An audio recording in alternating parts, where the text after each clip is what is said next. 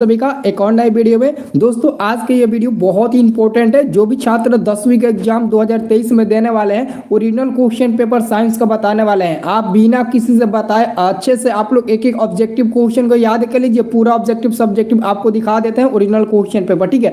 और एक एक ऑब्जेक्टिव क्वेश्चन अच्छे से आप लोग याद कर लेना ताकि 2023 में आप गर्दा मचाए, ठीक है। सभी लोग एक एक ऑब्जेक्टिव क्वेश्चन को अच्छे से याद करना, ठीक है। और जो लोग चैनल पर पहली बार आए होंगे चैनल को सब्सक्राइब कर लेंगे, ठीक है। और साथ में बेल आइकन को प्रेस कर लेंगे, ठीक है। तो चलिए हम बिना समय गवाए वीडियो स्टार्ट करते हैं। आज ज्यादा प्रॉब्लम आई थी नेटवर्क में जिसके चलते आप सभी का क्लास बहुत ज्यादा लेट चला, ठीक है। तो यहाँ पर आप लोगों को सबसे पहले एक बात ध्यान देना है, प्रश्न 1 से लेकर 80 तक वस्तुनिष्ठ प्रश्न दिए गए हैं जिसमें से आपको 40 प्रश्नों का उत्तर देना है। कितना?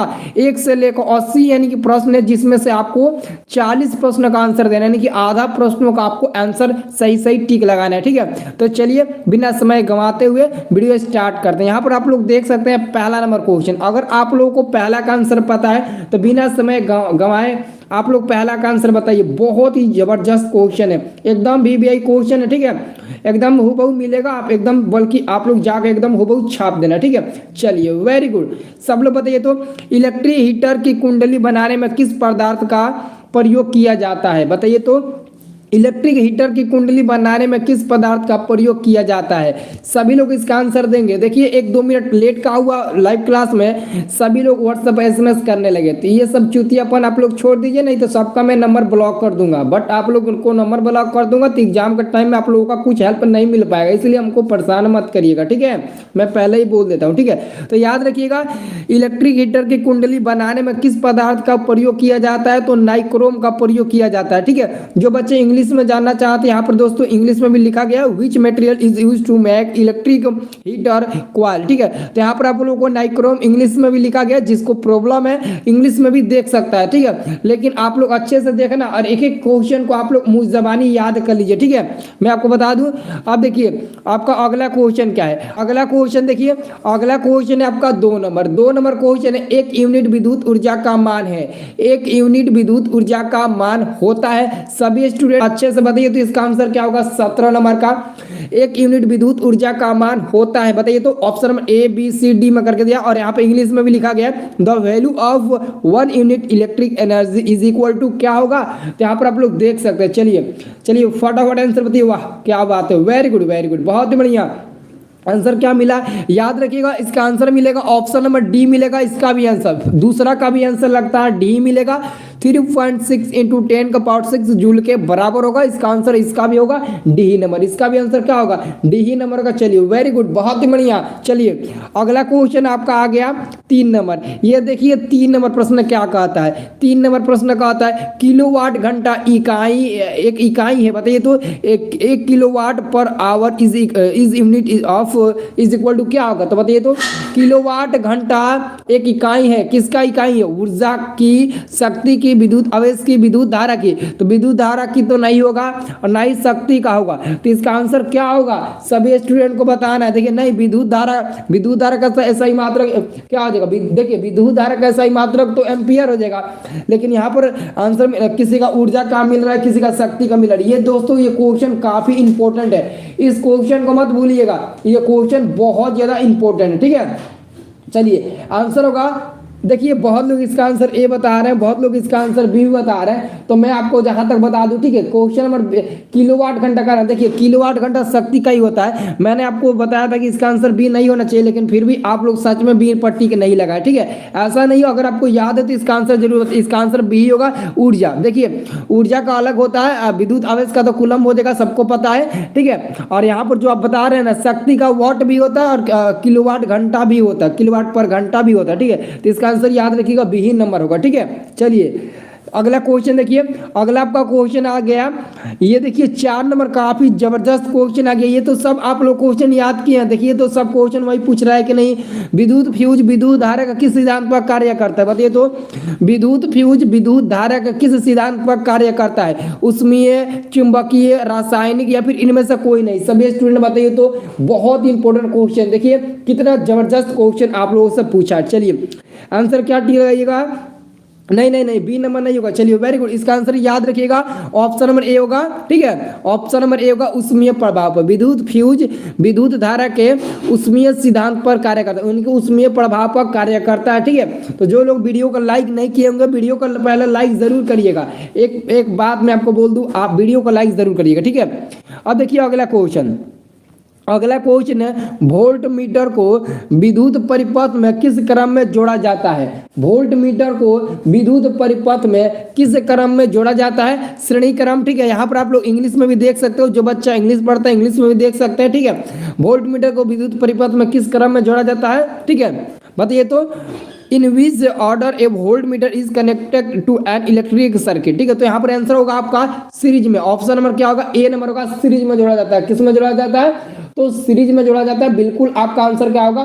नहीं नहीं, सीरीज में नहीं होगा, समानांतर में होगा। सॉरी, इसका आंसर क्या होगा? समानांतर, इनके पैरेलल होगा। वोल्ट मीटर को पैरेलल जोड़ेंगे। ठीक है, समानांतर होगा, पैरेलल होगा। ठीक है, आंसर याद रखना, बी नंबर होगा। क्या होगा? बी नंबर होगा। सभी स्टूडेंट याद रखना। चलिए अगला क्वेश्चन हम लोग देखते हैं।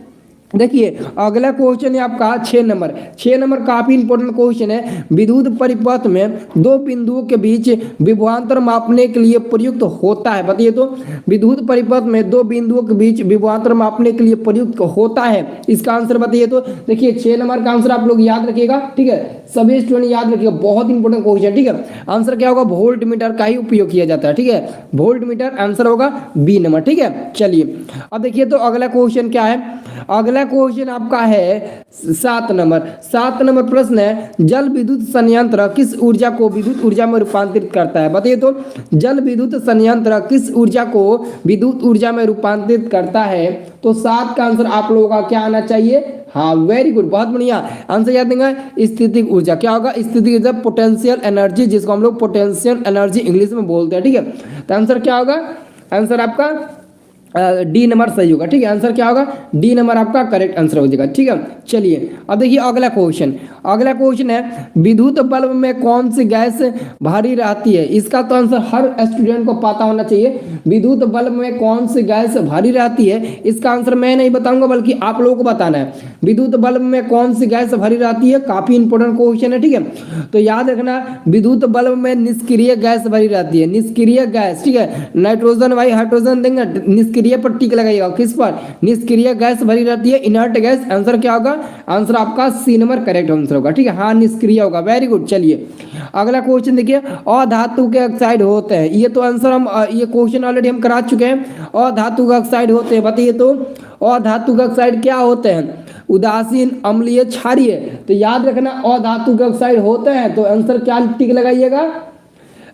उदासीन होते हैं। नहीं नहीं, बताइए इसका आंसर क्या होगा? और देखिए, धातु के ऑक्साइड क्षारीय होते हैं और अधातु ऑक्साइड अम्लीय होते हैं, तो इसका आंसर क्या होगा? बी नंबर होगा, अम्लीय। क्या होगा? नहीं, उदासीन बहुत लोग बता रहे हैं, बहुत लोग क्षारीय बता रहे हैं, लेकिन इस क्वेश्चन को आप लोग गौर से देखिएगा। ये क्वेश्चन ऑलरेडी आप याद कर चुके हैं, ये क्वेश्चन बताने वाला नहीं, ऑलरेडी आप याद किए हैं। ठीक है, याद किए हैं ऑलरेडी, आप याद किए हैं। तो क्या होगा? और धातु का ऑक्साइड क्या होगा? तो अम्लीय होगा। ठीक है, चलिए अगला क्वेश्चन हम लोग देखते हैं जी। अगला क्वेश्चन आपका कार्बन है। बताइए तो, कार्बन क्या है? कार्बन क्या है? मेटल, नॉन मेटल, उपधातु, मिश्र धातु। बताइए तो आंसर क्या होगा? कार्बन क्या है? सब लोग बताइए फटाफट। देखिए वीडियो को लाइक नहीं किया ना, तो वीडियो को फटाक से लाइक करिए। तो फटाक से वीडियो को आप लाइक करिए, जल्दी से लाइक करिए। ठीक है, देखिए कार्बन एक अधातु होता है। ठीक है, नॉन मेटल होता है। ठीक है, याद रखना, कार्बन क्या होता है? कार्बन एक नॉन मेटल होता है, यानी कि अधातु होता है। ठीक है, अगला क्वेश्चन हम देखेंगे 11 नंबर।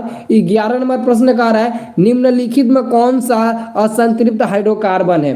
निम्नलिखित में से कौन सा असंतृप्त हाइड्रोकार्बन है? तो असंतृप्त हाइड्रोकार्बन हम लोग किसे चूज करेंगे? तो आप अच्छे से देखिएगा, तो आपके सामने क्वेश्चन है, आपके आपके सामने ही क्वेश्चन नजर आ रहा है, असंतृप्त हाइड्रोकार्बन। ठीक है, तो आंसर याद रखना, असंतृप्त हाइड्रोकार्बन सी नंबर वाला होगा, संतृप्त हाइड्रोकार्बन ए बी होगा, और असंतृप्त हाइड्रोकार्बन क्या होगा? C number C2H4। यह एक असंतृप्त हाइड्रोकार्बन क्या है? यह एक असंतृप्त हाइड्रोकार्बन है। तो आंसर क्या होगा? आंसर आपका ये आपका सी नंबर वाला करेक्ट आंसर होगा। अब देखिए अगला क्वेश्चन का आ रहा है एरोमेटिक हाइड्रोकार्बन है।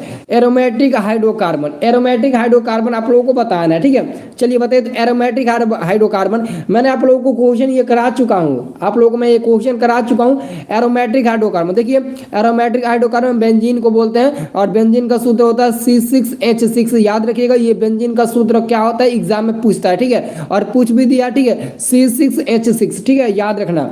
चलिए अगला क्वेश्चन है आपका, निम्नलिखित में कौन अक्रिय गैस है? निम्नलिखित में कौन अक्रिय गैस है? कार्बन, चांदी, हाइड्रोजन, हीलियम। तो याद रखना, हीलियम ग्रुप 18 का तत्व है और यह एक प्रकार का अक्रिय गैस है, क्योंकि ग्रुप 18 के तत्वों को हम लोग अक्रिय गैस के नाम से जानते हैं, इसलिए इसका आंसर होगा बी नंबर हीलियम, ठीक है, का आंसर होगा बी नंबर हीलियम होगा, ठीक है।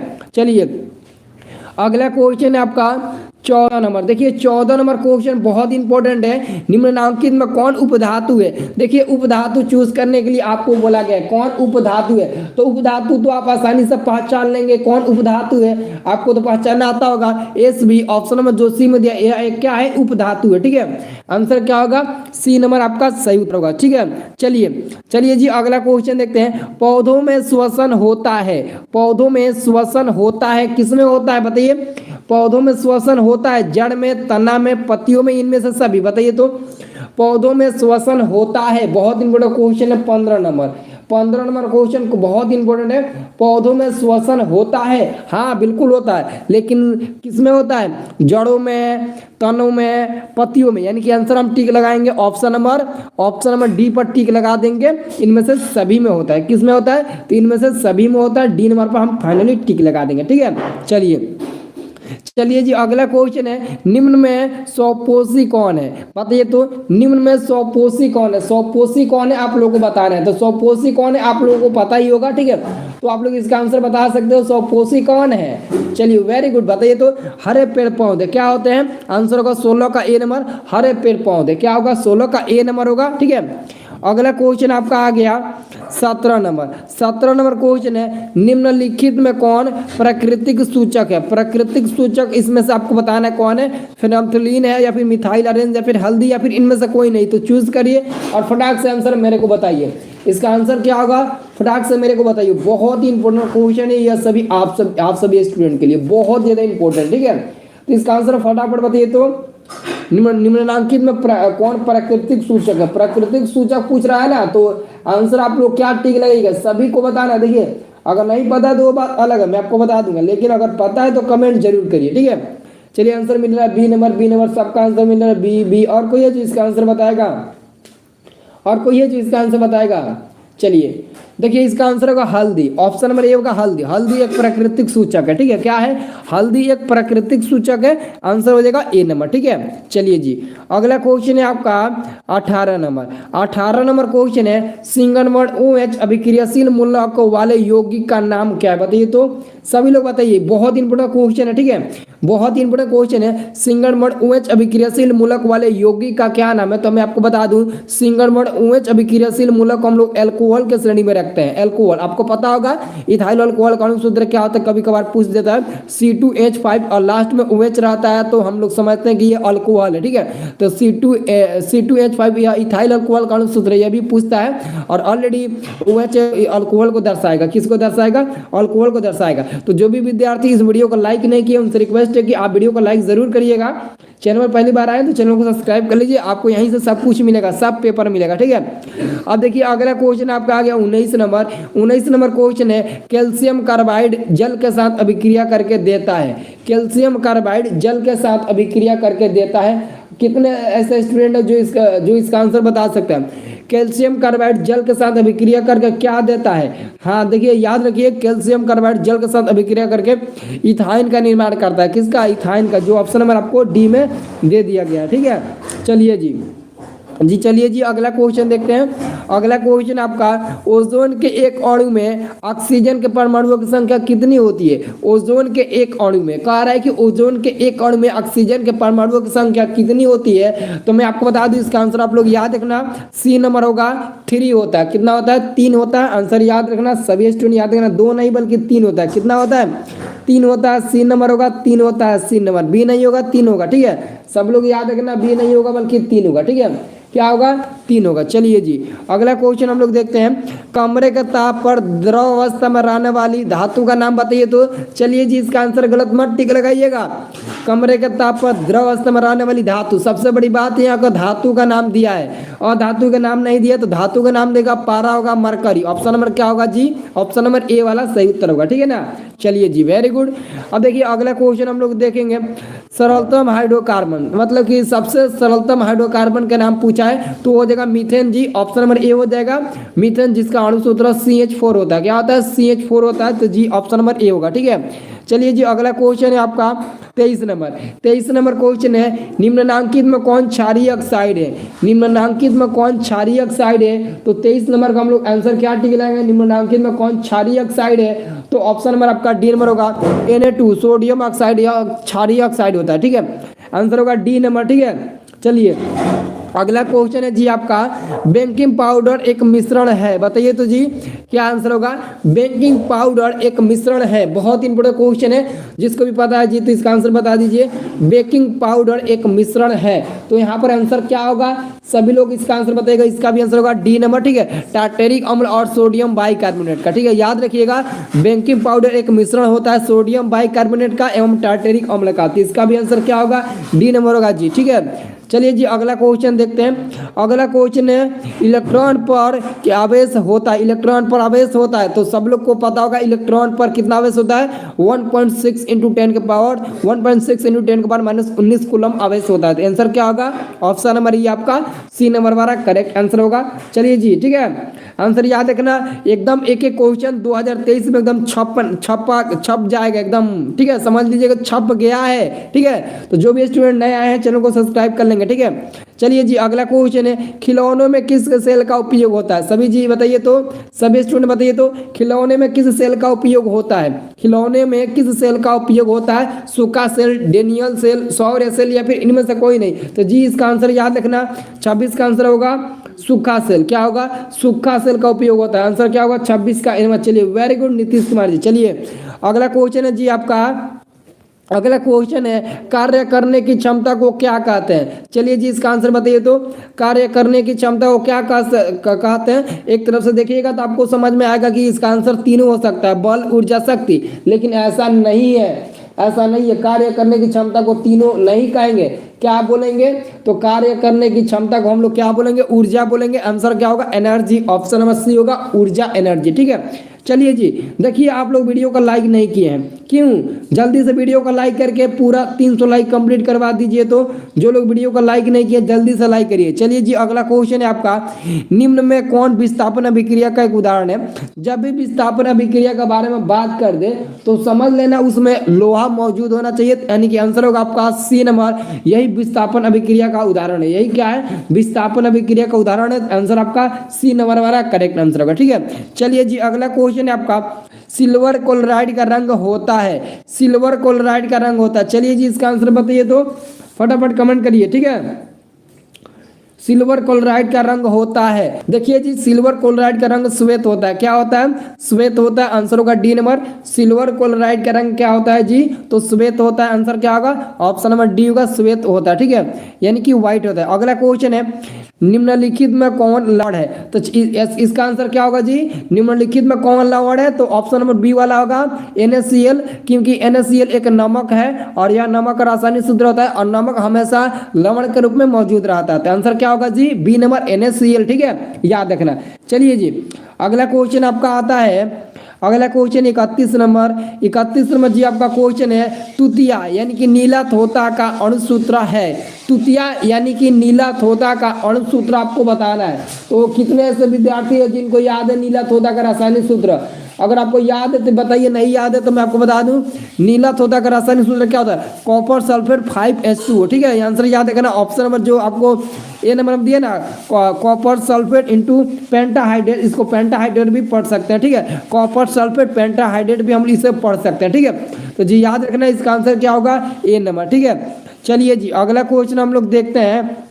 अगला क्वेश्चन है गंधक की परमाणु संख्या बताइए। गंधक की परमाणु संख्या, देखिए बहुत ऐसे स्टूडेंट इस क्वेश्चन को गलती कर देंगे, वो समझेंगे कि गंधक क्या होता है। तो अगर गंधक आपको पता नहीं है तो अगर आप थोड़ा सा दिमाग लगाएंगे तो एक बार इंग्लिश वाला पढ़ लेंगे ना, the atomic number of sulphur. तो गंधक को हम लोग सल्फर बोलते हैं और सल्फर को एस से संकेत होता है, सल्फर का एस से संकेत। और आपको पता होगा सल्फर को ही हम लोग गंधक हिंदी में बोलते हैं, तो जिसकी परमाणु संख्या 16 होती है। तो आंसर क्या हो जाएगा? C number. आप गलती मत करिएगा, ठीक है।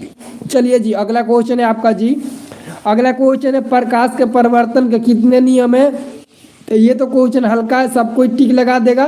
प्रकाश के परिवर्तन के 2 नियम होते हैं जी, ठीक है। चलिए जी अगला क्वेश्चन हम देखते हैं। अवतल लेंस का आवर्धन होता है, अवतल लेंस का आवर्धन तो याद रखना जी V/U होता है, ठीक है। ऑप्शन में डी वाला होगा V/U। देखिए V/U होता है, U/V पर टिक लगाइएगा तो ये सरासर गलती हो जाएगा, सही होगा V/U, ठीक है। आंसर डी नंबर वाला होगा। अवतल लेंस का आवर्धन क्या होता है जी?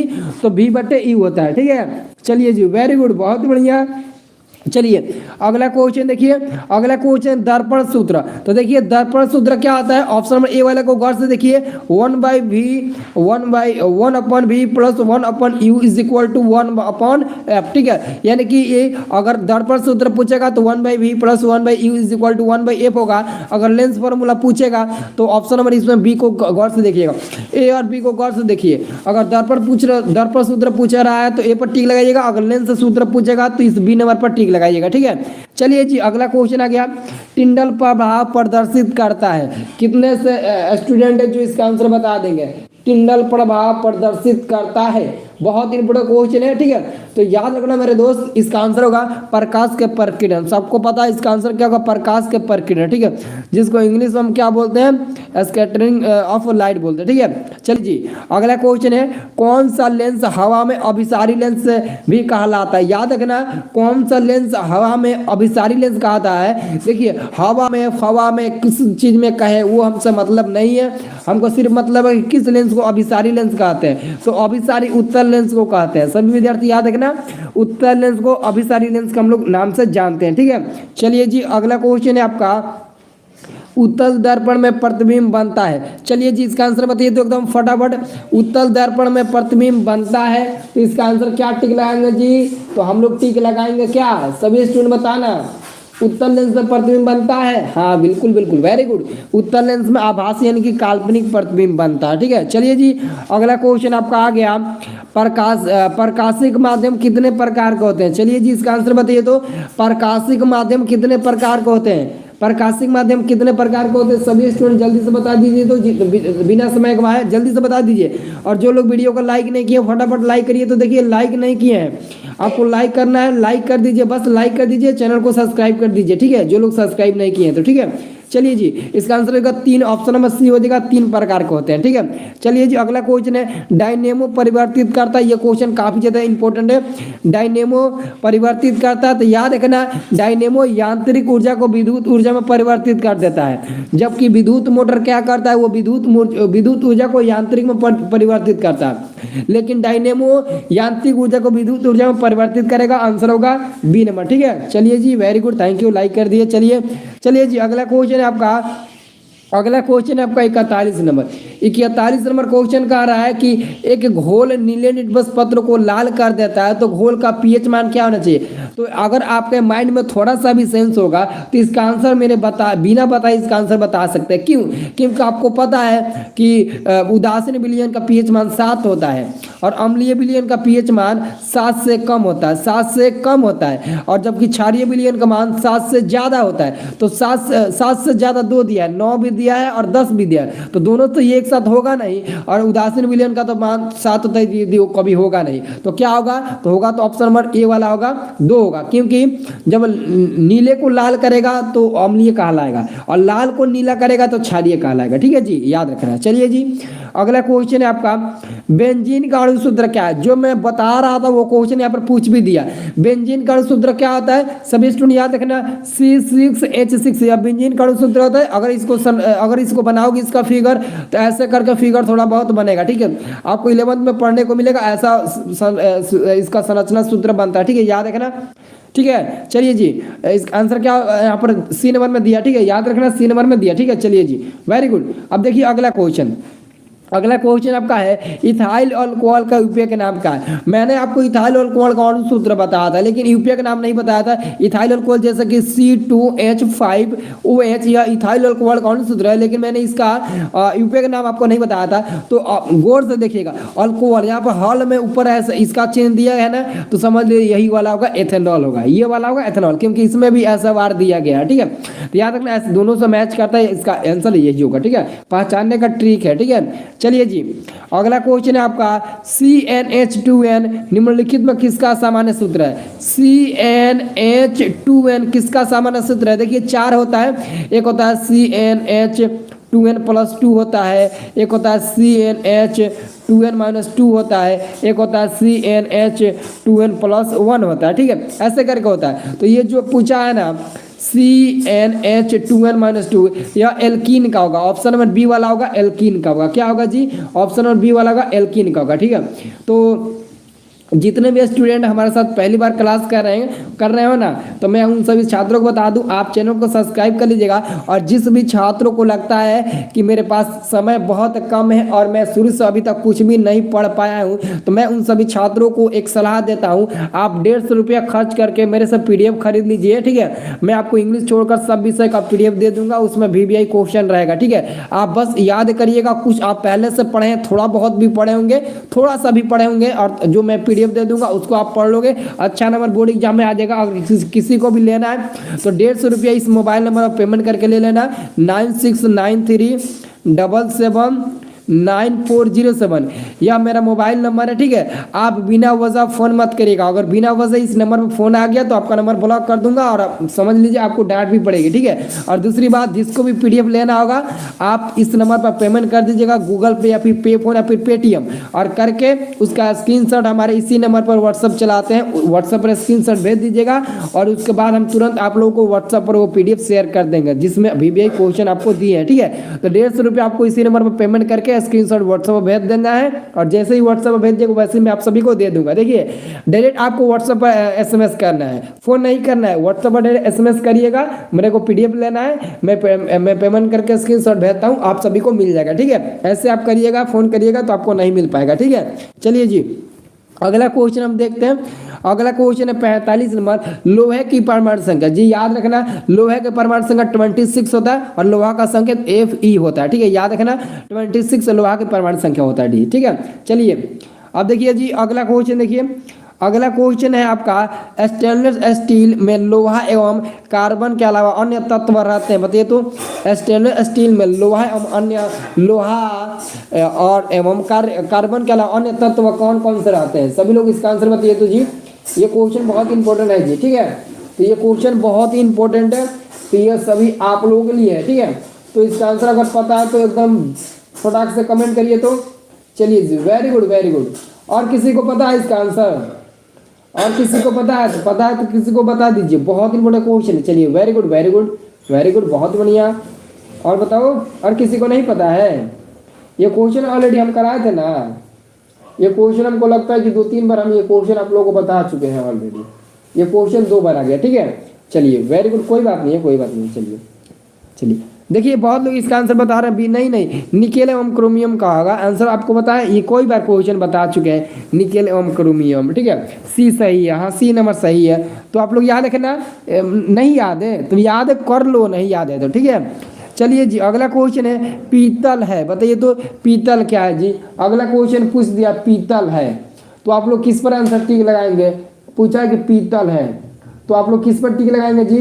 तो देखिएगा पीतल क्या है, तो पीतल एक मिश्र धातु होता है जी। इसका भी आंसर क्या होगा, सी नंबर होगा जी। चलिए जी, अगला क्वेश्चन है निम्नलिखित यौगिकों में कौन अम्ल है। कौन अम्ल को आपको पहचानना है। तो देखिए ऑप्शन नंबर बी को गौर से देखिएगा, H2SO4। H2SO4 कुछ याद आता है, H2SO4 सल्फ्यूरिक अम्ल होता है। क्या होता है, सल्फ्यूरिक अम्ल होता है। क्या होता है, सल्फ्यूरिक अम्ल। आंसर होगा बी नंबर जी। चलिए जी, अगला आपका क्वेश्चन आ गया, कौन सी बीमारी श्वसन तंत्र से संबंधित है। कौन सी बीमारी श्वसन तंत्र से मतलब कि संबंधित है? किसी को पता है जी इसका आंसर क्या होगा? कौन सी बीमारी श्वसन तंत्र से संबंधित है? अगर किसी को पता है तो कमेंट करके बता सकते हैं। अगर किसी को पता है तो कमेंट करके बता सकते हैं, बेफिक्र होकर, कोई भी प्रॉब्लम नहीं होगा, ठीक है। चलिए जी, वेरी गुड वेरी गुड, बहुत बढ़िया बहुत बढ़िया। और कोई है जो इसका आंसर बताना चाहता है? चलिए वेरी गुड वेरी गुड, वाह वेरी गुड वेरी गुड, बहुत बढ़िया। कौन सी बीमारी श्वसन तंत्र से संबंधित है? कौन सी बीमारी श्वसन तंत्र से संबंधित है? क्वेश्चन पूछा, ठीक है। डायरिया, निमोनिया, मलेरिया, मधुमेह। अच्छे से क्वेश्चन आप लोग देख लीजिए, एक बार फिर से सभी लोग देख लीजिए अच्छे से क्वेश्चन, फिर से इसका आंसर दीजिएगा। कोई जल्दबाजी नहीं है, जल्दबाजी नहीं है, ठीक है, जल्दबाजी कोई नहीं है। चलिए very good very good very good very good, बहुत बढ़िया बहुत बढ़िया। चलिए चलिए, सब किसी का आंसर सही है, ठीक है, याद रखना निमोनिया, ठीक है, सब किसी का आंसर सही है निमोनिया, ठीक है। चलिए जी, अगला क्वेश्चन हम लोग देखते हैं। अगला क्वेश्चन है एंड्रोजन है, बताइए तो एंड्रोजन है। 50 नंबर क्वेश्चन पूछा है, तो 50 का आंसर आप लोग क्या दीजिएगा जी? सभी स्टूडेंट बताइए तो 50 का आंसर क्या दीजिएगा? 50 नंबर क्वेश्चन इंपॉर्टेंट है। एक नर हार्मोन है, क्या आंसर होगा? हाँ वेरी गुड, एक नर हार्मोन है। क्या होगा? एक नर हार्मोन होगा, ये क्या होगा? नर हार्मोन होगा, ठीक है।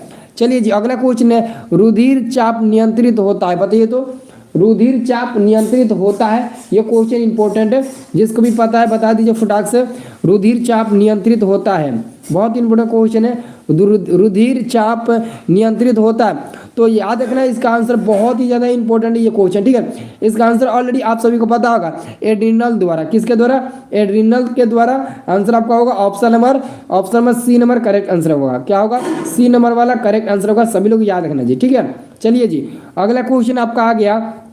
अगला आपका क्वेश्चन है एकलिंगी पादप का उदाहरण बताइए। सभी लोग बताइएगा एकलिंगी पादप का उदाहरण। एकलिंगी पादप का उदाहरण क्या है? जो लोग वीडियो को लाइक नहीं किए वीडियो को लाइक जरूर करिएगा। एकलिंगी पादप का उदाहरण होता है पपीता। क्या होता है? पपीता। पपीता एकलिंगी पादप का उदाहरण होता है। आंसर क्या होगा आपका? ए नंबर का, ठीक है। चलिए जी, अगला क्वेश्चन है निम्नलिखित, यानी कि निम्न में कौन मादा जनतंत्र का भाग नहीं है? तो शुक्रवाहिका होगा। क्या होगा? शुक्रवाहिका। ऑप्शन नंबर सी होगा शुक्रवाहिका, ठीक है। शुक्रवाहिका मानव जननतंत्र का भाग नहीं है जी। चलिए जी, अगला क्वेश्चन आपका आ गया द्विखंडन होता है। 54 नंबर प्रश्न आ गया, द्विखंडन होता है। तो आप लोग आंसर क्या दीजिएगा? आंसर किस पर टिक लगाइएगा? द्विखंडन होता है तो इनमें सभी में होता है, अमीबा में, पैरामीशियम में, लिस्मीनिया में भी होता है, यानी कि सभी में होता है, ठीक है। चलिए जी, अगला क्वेश्चन आपका टेस्टोस्टेरोन स्रावित होता है। टेस्टोस्टेरोन स्रावित होता है, तो जस्ट इसका आंसर क्या होगा? ए नंबर वृषण, ठीक है जी। चलिए जी, अगला क्वेश्चन है आपका मानव मस्तिष्क का औसत भार। देखिए मानव मस्तिष्क का औसत भार 1.4 kg का होता है, ठीक है, 1.4 kg, ठीक है, याद रखना। चलिए जी, अगला क्वेश्चन है किस जीव में हीमोग्लोबिन नहीं होता? किस जीव में हीमोग्लोबिन नहीं होता है? ये काफी इंपॉर्टेंट क्वेश्चन है जी। किस जीव में हीमोग्लोबिन नहीं होता है? किस जीव में हीमोग्लोबिन नहीं होता है? ये क्वेश्चन बहुत ही ज्यादा इंपॉर्टेंट है आप सभी विद्यार्थियों के लिए, बहुत ज्यादा इंपॉर्टेंट, ठीक है। किस जीव में हीमोग्लोबिन नहीं होता है? हीमोग्लोबिन होता ही नहीं है। पक्षी, मक्खी, मनुष्य, बताइए तो पक्षी, हाँ, हीमोग्लोबिन नहीं होता है, ठीक है। आंसर क्या होगा? चलिए मक्खी में, ठीक है आंसर। चलिए वेरी गुड। चलिए अगला क्वेश्चन है आपका हीमोग्लोबिन की कमी से कौन सा रोग होता है? हीमोग्लोबिन की कमी से कौन सा रोग होता है? तो सभी विद्यार्थियों को मैं आपको बता दूं, हीमोग्लोबिन की कमी के कारण होने वाला रोग एनीमिया है। एनीमिया, ठीक है, आंसर क्या होगा? सी नंबर होगा। एनीमिया नामक बीमारी होती है हीमोग्लोबिन की कमी के कारण, ठीक है। चलिए जी, अगला क्वेश्चन है मनुष्य के आहार नाल में अवशेषी अंग बताइए। मनुष्य के आहार नाल में अवशेषी अंग बताना है, ठीक है, आप सब लोगों को अवशेषी अंग बताना है। यहाँ पर 11 का आंसर होगा अपेंडिक्स। आंसर क्या होगा? बी नंबर होगा 59 का, ठीक है जी।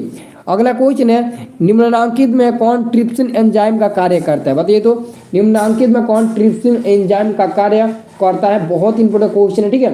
तो आंसर याद रखना, ठीक है, सभी विद्यार्थी। आंसर है प्रोटीन का पाचन, ठीक है, आंसर 60 का होगा प्रोटीन का पाचन। Very good. चलिए जी, अगला क्वेश्चन है आपका मुख गुहा में आहार का कौन सा भाग का पाचन होता है? बताइए तो मुख गुहा में आहार का कौन सा भाग का पाचन होता है जी? तो 61 का आंसर क्या हम लोग टिक लगाएंगे? सभी स्टूडेंट को मैं बता दूं 61 का आंसर आप लोग याद रखना, बी नंबर कार्बोहाइड्रेट, ठीक है। चलिए जी, अगला क्वेश्चन है आपका ऑक्सीजन का वाहक होता है? ऑक्सीजन का वाहक होता है, बहुत क्वेश्चन है तो आंसर याद रखना, ऑक्सीजन का वाहक आरबीसी होता है, ठीक है, आरबीसी आंसर होगा सी नंबर, ठीक है। अगला क्वेश्चन आपका है, रक्त में शर्करा का नियंत्रण स्तर नियंत्रण करता है, बताइए तो रक्त में शर्करा का स्तर नियंत्रण करता है, तो 63 का आंसर क्या होगा? सभी स्टूडेंट को पता होना चाहिए, 63 का आंसर होगा डी नंबर इंसुलिन, ठीक है। चलिए जी अगला क्वेश्चन है, मानव शरीर में सबसे लंबी कोशिका कौन है? मानव शरीर में सबसे लंबी कोशिका, तो मैं आप सभी को बता दूं, मानव शरीर की सबसे लंबी का कोशिका तंत्रिका कोशिका होती है, आंसर होगा इसका भी सी नंबर जी। चलिए जी अगला क्वेश्चन आपका आता है, निम्नलिखित में कौन सा पदार्थ लेंस के लिए प्रयुक्त नहीं किया जाता है? तो पीतल, याद रखिएगा, पीतल और मिट्टी दो ऐसा पदार्थ होता है जिसका हम लोग लेंस बनाने के लिए प्रयोग नहीं करते हैं, ठीक है। चलिए जी अगला क्वेश्चन है, निम्नलिखित में कौन सा अंक प्रकाश का अपवर्तन के नियम के लिए सही है? तो प्रकाश का अपवर्तन के दो नियम है, एक्चुअली में यही क्वेश्चन डायरेक्ट पूछ देता, ठीक है। आंसर क्या होगा? प्रकाश का अपवर्तन के दो नियम होते हैं, आंसर होगा ए नंबर। चलिए जी अगला क्वेश्चन है, किस वस्तु का प्रतिबिंब आंख के जिस भाग पर बनता है वो भाग कौन सा है? बताइए तो किसी वस्तु का प्रतिबिंब आंख के जिस भाग पर बनता है वो भाग कौन सा है? तो रेटिना है, आंसर होगा बी नंबर, रेटिना। क्या है जी? रेटिना, आंसर होगा बी नंबर। चलिए जी अगला क्वेश्चन है आपका, किसी माध्यम का पूर्णांक का मान होता है तो साइन आई बटे साइन आर जी, आंसर क्या होगा? बी नंबर होगा साइन आई बटे साइन आर। क्या होगा जी? साइन आई बटे साइन आर होगा बी नंबर, ठीक है। चलिए जी अगला क्वेश्चन है, एक गोलीय दर्पण की फोकस दूरी प्लस 20 सेंटीमीटर है तो गोलीय दर्पण कैसा होगा? तो गोलीय दर्पण उत्तल होगा क्योंकि उत्तल दर्पण की फोकस दूरी प्लस में होती है, तो एक्चुअली में इसका आंसर क्या होगा? ए नंबर करेक्ट आंसर होगा, ठीक है जी, याद रखना। चलिए जी अगला क्वेश्चन आपका आता है, तालाब का जल कम गहरा दिखाई देने का कारण है, बताइए तो तालाब का जल कम गहरा दिखाई देने का कारण क्या होता है जी? तो आप लोगों को मैं बता दूं, इसका आंसर होगा ऑप्शन नंबर सी होगा अपवर्तन, ठीक है। चलिए जी अगला क्वेश्चन है, अवतल दर्पण की फोकस दूरी होती है, देखिए जी अवतल दर्पण की फोकस दूरी ऋणात्मक होती है यानी कि माइनस में होती है। क्या होती है जी? माइनस में यानी कि ऋणात्मक होती है, 73 का आंसर होगा ए नंबर, ठीक है जी। चलिए जी अगला क्वेश्चन आपका आ गया, अगला क्वेश्चन आपका किसी अवतल दर्पण की फोकस दूरी एफ और वक्रता त्रिज्या आर में आर है तो निम्नलिखित में कौन संबंध सही है? तो एफ बराबर आर बाई टू होता है, एफ बराबर आर बाई टू देख लीजिए कहीं है कि नहीं, एफ बराबर आर बाई टू, एफ बराबर आर बाई टू कहीं नहीं है, लेकिन 2f बराबर आर आपको मिलेगा, इसको आप हल सोल्यूशन करिएगा तो 2f बराबर आर मिल सकता है, तो 2f बराबर आर ऑप्शन नंबर बी मिलेगा, यहाँ से आप a बराबर आर बाई टू भी निकाल सकते हैं, कोई भी दिक्कत नहीं होगा। तो आंसर क्या होगा? आंसर आपका बी नंबर वाला होगा डी। चलिए जी अगला क्वेश्चन है आपका, न्यूक्लियस शब्द किनके द्वारा दी गई है? बताइए तो न्यूक्लियस शब्द किनके द्वारा दी गई है जी? ये क्वेश्चन का आंसर कौन बताएगा? किनके द्वारा दी गई है? चलिए जी वेरी गुड, वेरी गुड, बहुत बढ़िया, रॉबर्ट ब्राउन के द्वारा दी गई है। चलिए जी अगला क्वेश्चन है आपका, पौधों में भोजन किस रूप में जमा होता है? बताइए तो पौधों में भोजन किस रूप में जमा होता है? तो स्टार्च के रूप में जमा होता है, आंसर होगा सी नंबर स्टार्च के रूप में, ठीक है जी। अगला क्वेश्चन आपका, प्रसिद्ध पुस्तक द माइक्रोग्राफिया किनके द्वारा लिखी गई है? माइक्रोग्राफिया पुस्तक किनके द्वारा लिखी गई है? इसका आंसर कौन बताएगा? माइक्रोग्राफिया, तो माइक्रोग्राफिया के लेखक है रॉबर्ट हुक, ठीक है, आंसर होगा डी नंबर जी, ठीक है। चलिए जी अगला क्वेश्चन है, पौधों और पशुओं की कोशिकाओं का वैज्ञानिक अध्ययन क्या कहलाता है जी? ये क्वेश्चन काफी इंपॉर्टेंट है, पौधों और पशुओं की कोशिकाओं का वैज्ञानिक अध्ययन क्या कहलाता है जी? तो इसका आंसर याद रखना, बहुत इंपॉर्टेंट क्वेश्चन, आंसर होगा आपका बी नंबर, कोशिका विज्ञान कहलाता है। अगर परिभाषा पूछते कोशिका विज्ञान का तो यही आप लोग बता देना, ठीक है। चलिए जी अगला क्वेश्चन है, मानव हृदय घिरा हुआ है, मानव हृदय घिरा हुआ है तो आप लोग आंसर क्या टिक लगाइएगा? मानव हृदय घिरा हुआ है तो आप लोग आंसर टिक लगाना, ऑप्शन नंबर ए किस पर टिक लगाया? ठीक है, पेरिकार्डियम से, जाइलम से, फ्लोएम से, फिर प्लाज्मा से। इसका आंसर आप लोग कमेंट करके बताइए तो सभी लोग क्या आंसर होगा, इसका आंसर फटाक से कमेंट करके बताइए।